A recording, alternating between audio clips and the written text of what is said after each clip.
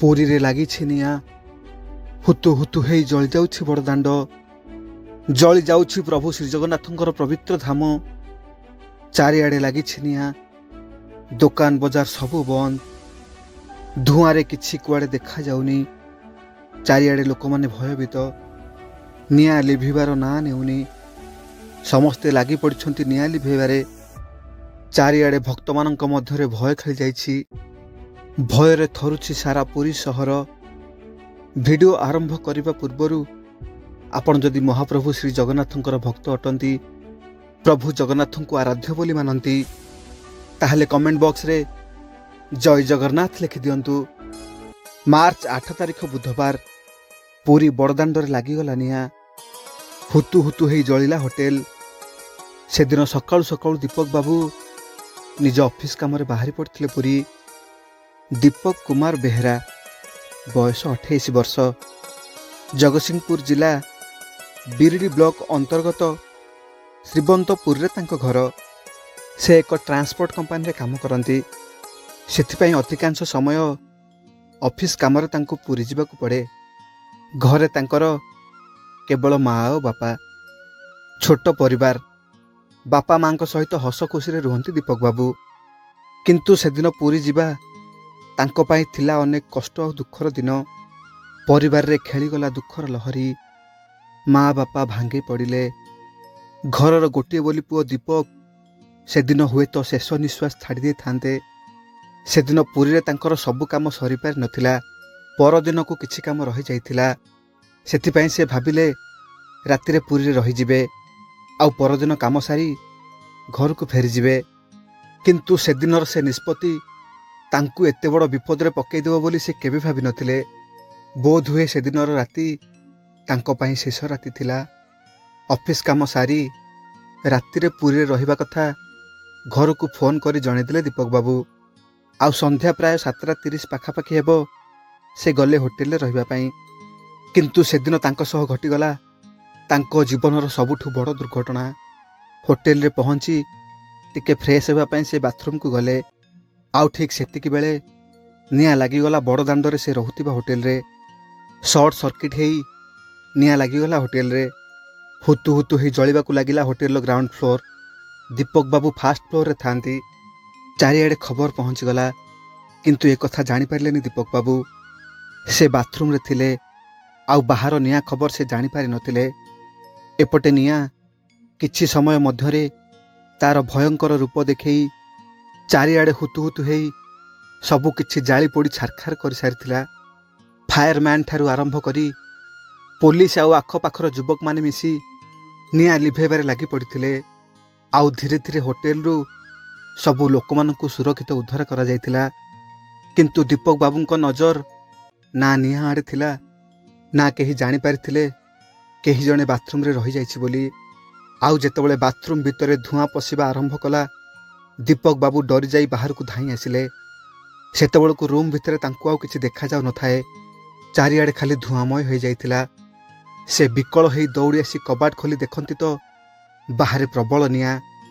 ହୋଟେଲରେ ଥିବା ବେଡ଼ସିଟ୍କୁ ଦେହରେ ଗୁଡ଼େଇ ହେଇ ସେ ବାହାରକୁ ବାହାରିବାକୁ ଚେଷ୍ଟା କଲେ, କିନ୍ତୁ ସେତେବେଳକୁ ସେ ବହୁତ ଅଣନିଶ୍ୱାସୀ ହୋଇଯାଇଥିଲେ। ସେ ଖାଲି ଭୟରେ ଥରୁଥାନ୍ତି ଆଉ ଚିତ୍କାର କରୁଥାନ୍ତି। ମାତ୍ର ଚାରିଆଡ଼େ ଗହଳି, ଏତେ ଗହଳିରେ ତାଙ୍କ କଥା କାହାକୁ ଶୁଣାଯାଉନଥିଲା। ସେ କିଛି ଉପାୟ ନ ପାଇ ତାଙ୍କ ଘରକୁ ଫୋନ୍ ଲଗାଇଦେଲେ, କିନ୍ତୁ ଠିକ୍ ସେ କାହା ସହ କଥା ହେଇପାରୁନଥିଲେ।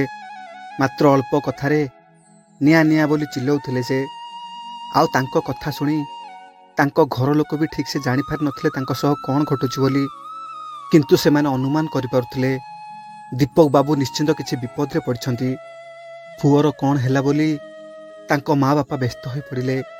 ଆଉ ତାଙ୍କ ମା ଧାଇଁଗଲେ ଠାକୁର ଘରକୁ। କାନ୍ଦି କାନ୍ଦି ଠାକୁରଙ୍କୁ କେତେ ପ୍ରାର୍ଥନା କଲେ। କାନ୍ଦି କାନ୍ଦି ଠାକୁରଙ୍କୁ କହୁଥାନ୍ତି, ହେ ବଡ଼ ଠାକୁର, ମୋ ପୁଅର କ'ଣ ହେଇଛି? ତୁମ ପାଖରେ ମୋ ପୁଅ ଅଛି ପ୍ରଭୁ, ତାକୁ ତୁମେ ରକ୍ଷା କର, ତାକୁ ତୁମେ ସବୁ ବିପଦରୁ ଉଦ୍ଧାର କର, ମୋ ପୁଅ ତୁମକୁ ଲାଗିଲା। କାନ୍ଦି କାନ୍ଦି ଠାକୁରଙ୍କୁ ଏମିତି କହି ଦୀପଟିଏ ଜାଳିଦେଲେ ପୁଅ ନାଁରେ। ଦୁଃଖୀ ମାର ଆକୁଳ କାନ୍ଦ ଆଉ ସହିପାରିଲେନି ସେହି ବଡ଼ ଦେଉଳିଆ କଳା ଠାକୁର। ଏପଟେ ଠାକୁରଙ୍କ ଆଗରେ ମା ଅଧିଆ ପଡ଼ି ଡାକିଲେ, ଆଉ ସେପଟେ ପୁଅ ସହ ହେଲା ଚମତ୍କାର।